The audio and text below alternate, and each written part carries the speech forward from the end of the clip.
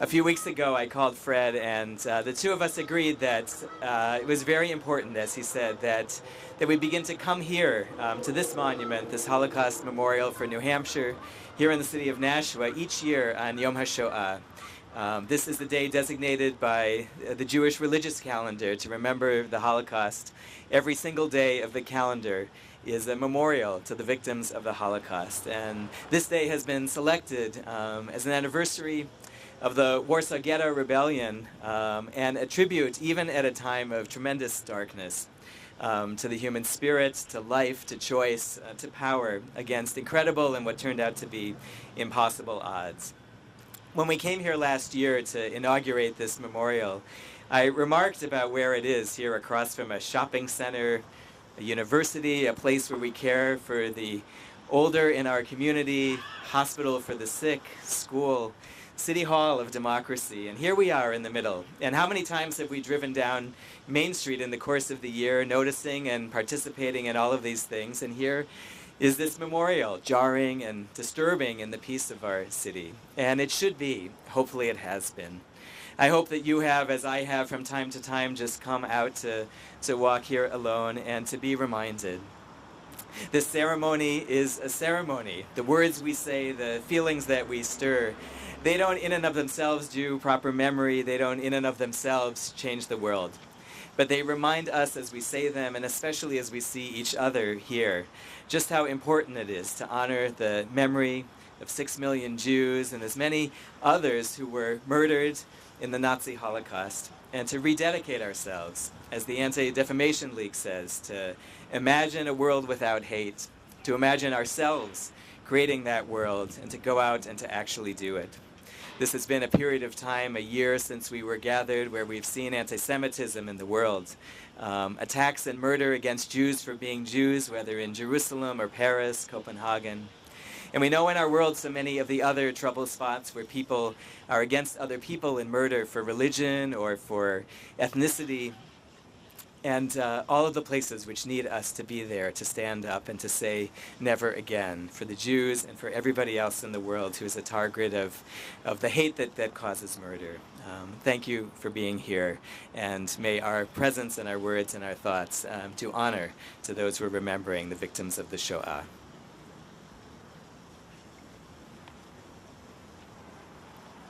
Thank you, Rabbi John.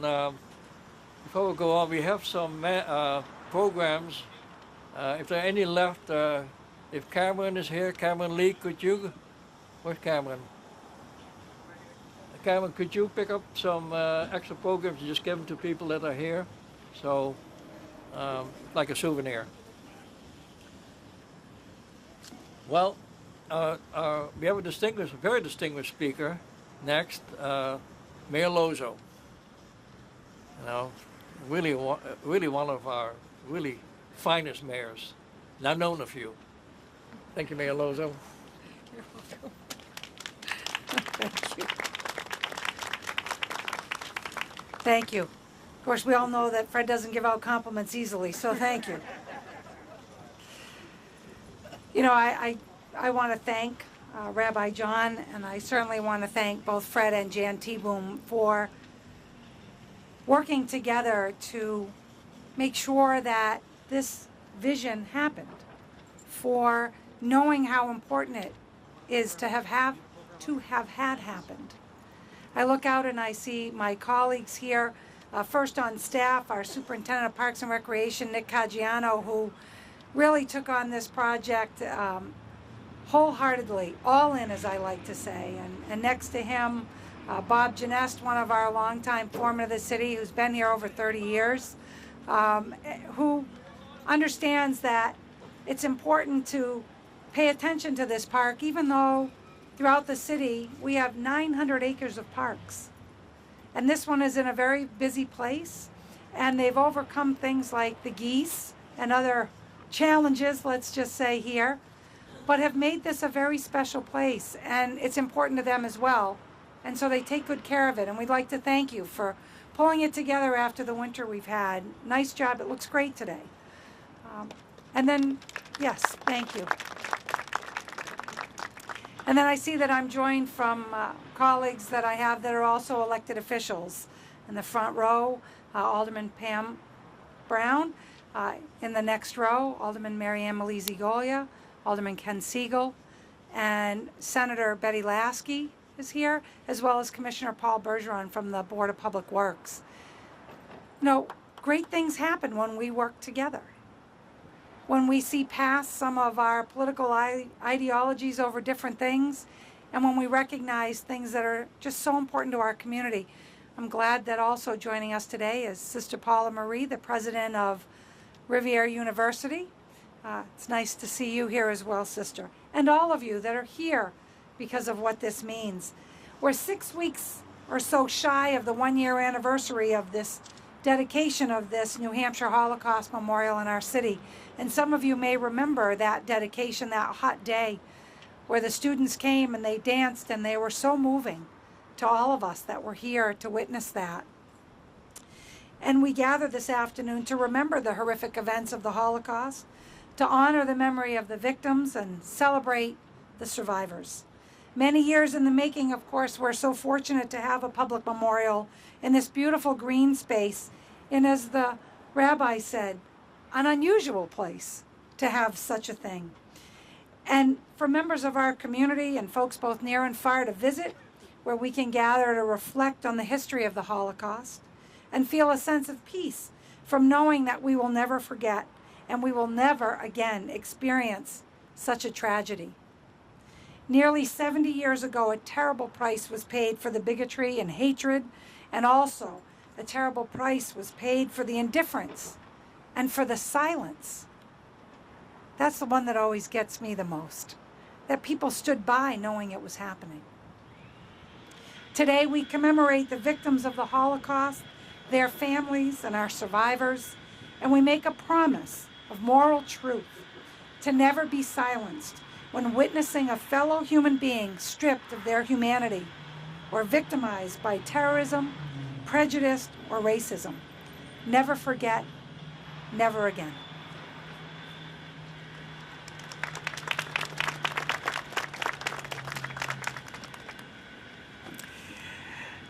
Thank you, Mayor Lozo. I want to call on Fred Seaboom, community activist, longtime member of our Board of Aldermen and chair, and the one who had the vision for the New Hampshire Holocaust Memorial.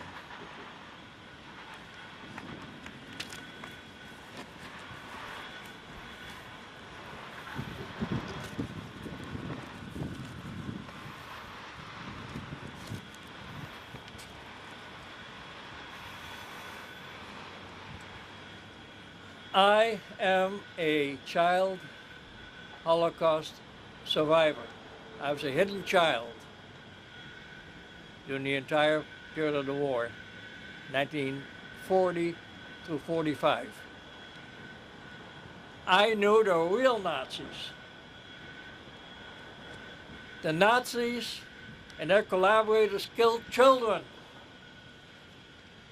without hesitation and without remorse. Hitler said, if you don't kill the children, you will not kill off the Jewish race. And then the children will go up to kill you. Well, these Nazis did not kill me. 6 million Jews were brutally killed. Next to me stand 6 massive granite walls, each inscribed with the name of a death camp specifically designed and employed for mass murder. Thousands were transported to these killing centers in cattle cars, then choked to death inside gas chambers. Their bodies were burned in incinerators and in large burning ditches. Each day, day after day after day after day. We have placed a new monument on this site I have named a children's monument to commemorate the 1 million Jewish children tortured and murdered in ghettos and in these death camps in the Nazis' deranged attempt to eradicate the Jews. In the center of these walls stands a polished black cube on top of chimney bricks. To some visitors, that black cube stands for the smoke of bodies burned in incinerators. To others, this black cube stands for the darkest period in human history. To me, it represents satanic evil, for I personally believe Hitler was the Antichrist, Satan in human form. When our children look at the shiny black cube, they see reflected the faces of children who stare back from eternity and demand to know why their young lives are so brutally ended for no other reason that they were Jews. They ask, why did this happen? But we can provide no rational answer. Take a look at these monuments standing here that are standing here in witness. Take a look at those posters of those children about to die, silently staring back at us. Why did this happen, they ask. But we can provide no rational answer.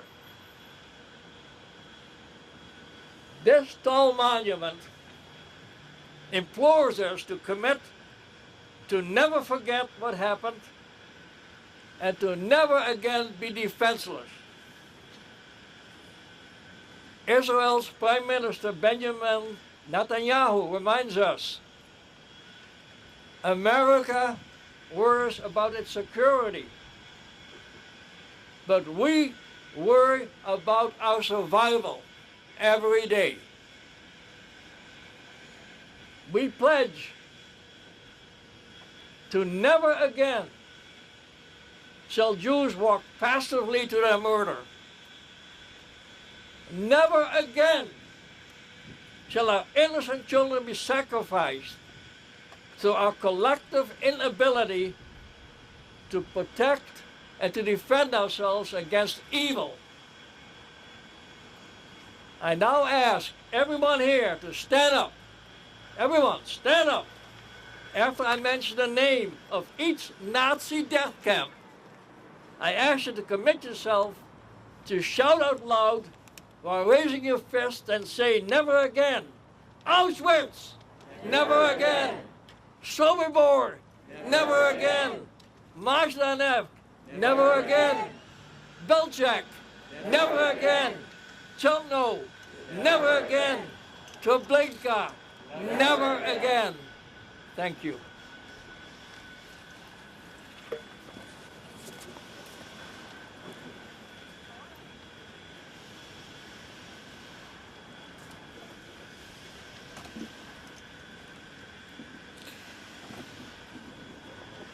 There's some music which has been associated with those who were in the camps and in the Holocaust, and want to call on our musicians, Song of the Lark, to say a couple words about the songs that they're about to give to us and for us to absorb. Thank you, first of all, to Fred for having the vision to put this memorial here. It's very important. My father was a child whose family was mostly killed at the Holocaust. And we're playing music, some music that was written during the Holocaust and by people or poetry. And it's very important to know that music was also used to cover up the Holocaust, what was going on. They would bring people to see a camp and pretend that it was some kind of luxury hotel. that wasn't the case with the North. So we're honored to be part of this event today. אני מאמין באמונה שלמה שביאת המשיח ואף על פי שהתממע, עם כל זה אחכה לו בכל יום שיבוא. This was written during the Holocaust. The composer is not known, although it's believed that Reb Azriel David Pascad was divinely inspired to sing it on a train to Treblinka. He was saw a fellow captive who jumped out of the train and escaped, and eventually he taught the tune to the Molitva Rebbe, Rabbi Shaul Yedidia Elazar. The second tune we're going to display, and we ask you to sing, I'm sure that many of you know it, is called Eli Eli, or it was originally called Halifalit Isariah, by Hannah Senish. Hannah Senish was born in Hungary. She saw what was starting to happen to the Jews in Hungary and emigrated to Israel and joined an agricultural kibbutz Sdot Yam. And then she joined the Haganah, which was the beginning of the Israel Defense Forces. In 1943, she enlisted in the British Army in the Union Auxiliary Air Force as an aircraft woman, second class, and she began to train. She was one of 37 Jews from mandatory Palestine at the time who was parachuted by the British Army into Yugoslavia. She was captured, tortured, and murdered, killed at the hands of a firing squad. These, before we sing this song, which I will translate, these were some of the lines that were found in Hannah's death cell after her execution. 1, 2, 3, 8 feet long. 2 strides across, the rest is dark. Life is a fleeting question mark. 1, 2, 3, maybe another week. Or the next month may still find me here. But death, I feel, is very near. I could have been 23 next July. I gambled on what mattered most. The dice were cast. I lost. The song we'll sing is called Eli Eli. My God, I pray that these things never end. The sand and the sea, the rustle of the waters, the lightning of the heavens, the prayer of man. The first song will be instrumental. And please feel free to meditate on what is happening today, what had happened in the past, so we don't repeat it.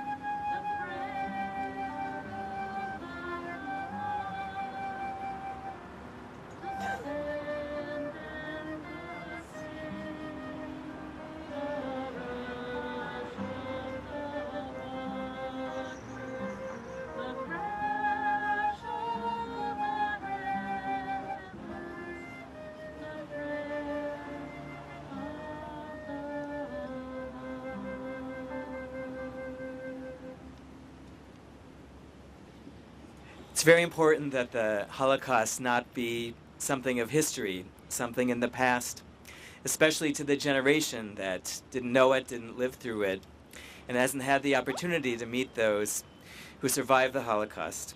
And as Fred said, 1 million children were victims of the Nazis, and we wanted to invite two young people who are both grandchildren of survivors to come and share a reading of memorial. Noah Weiss, whose grandfather Martin was a survivor of the Holocaust, and Brendan Lee, whose grandfather Fred T-Boom was a survivor of the Holocaust.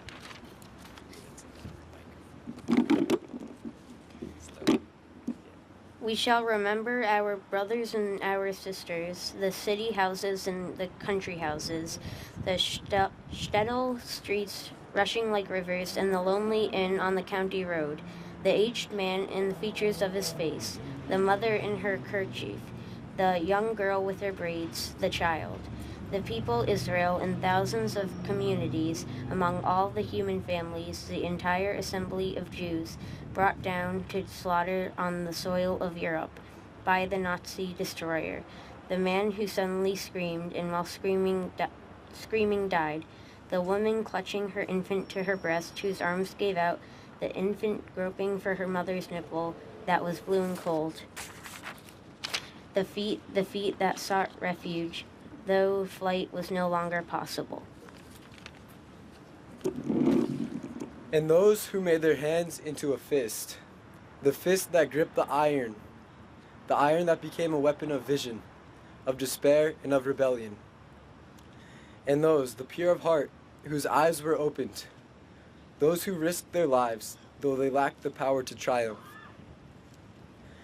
We shall remember the day in its brightness, the sun that rose, over the bloody conflagration, the lofty, silent heavens.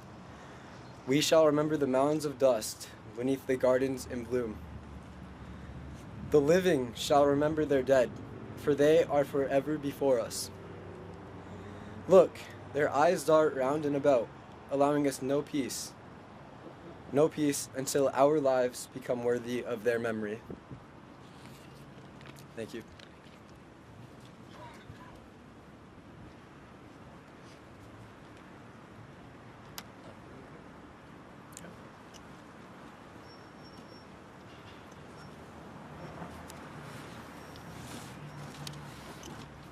That's to the children that this children's monument is dedicated. And the vision of this particular children's monument came actually from a video. If you look at our website, this is on your program, there's a video when we did the dedication last year, and children were looking at the black cube, looking at it very intently at their own reflection coming back. Like I said, children, like those children, looking back from eternity. So it's altogether appropriate. The next generation carries forward the memory, so indeed it will never be forgotten and never happen again. I'm now going to turn over to Rabbi John, who's going to give us some final words and give us a mourner's Kaddish, and then we shall close. Thank you, Rabbi.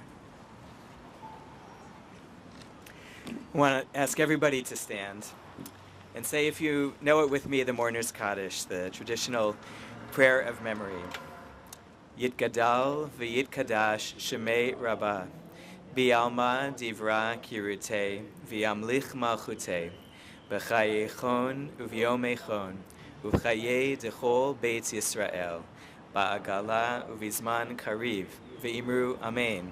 Yehi shmei Rabbah mevorach le'olam u'lamei almaya.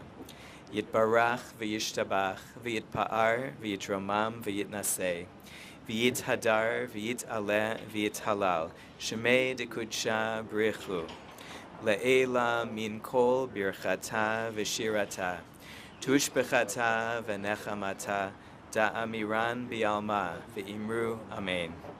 Yehi shlama rabba min shemaya v'chayim aleinu v'al kol Yisrael ve'imru amen. Oseh shalom bimromav, hu ya'aseh shalom aleinu v'al kol Yisrael ve'imru amen. Want to thank all of you for being here together, for putting this community together, to remember those who died in the Shoah, to dedicate ourselves that there never be another Shoah. This evening, beginning at 7 o'clock at Riviere University, is our annual Remembrance program. We thank Riviere for hosting us as a collaboration between the university and the temple. The program will begin in the Dion Center at 7 o'clock with our speaker, Rolf Schuett, who is the Consul General from the Federal Republic of Germany to the States of New England. And all are welcome, and please bring other people as well if you can.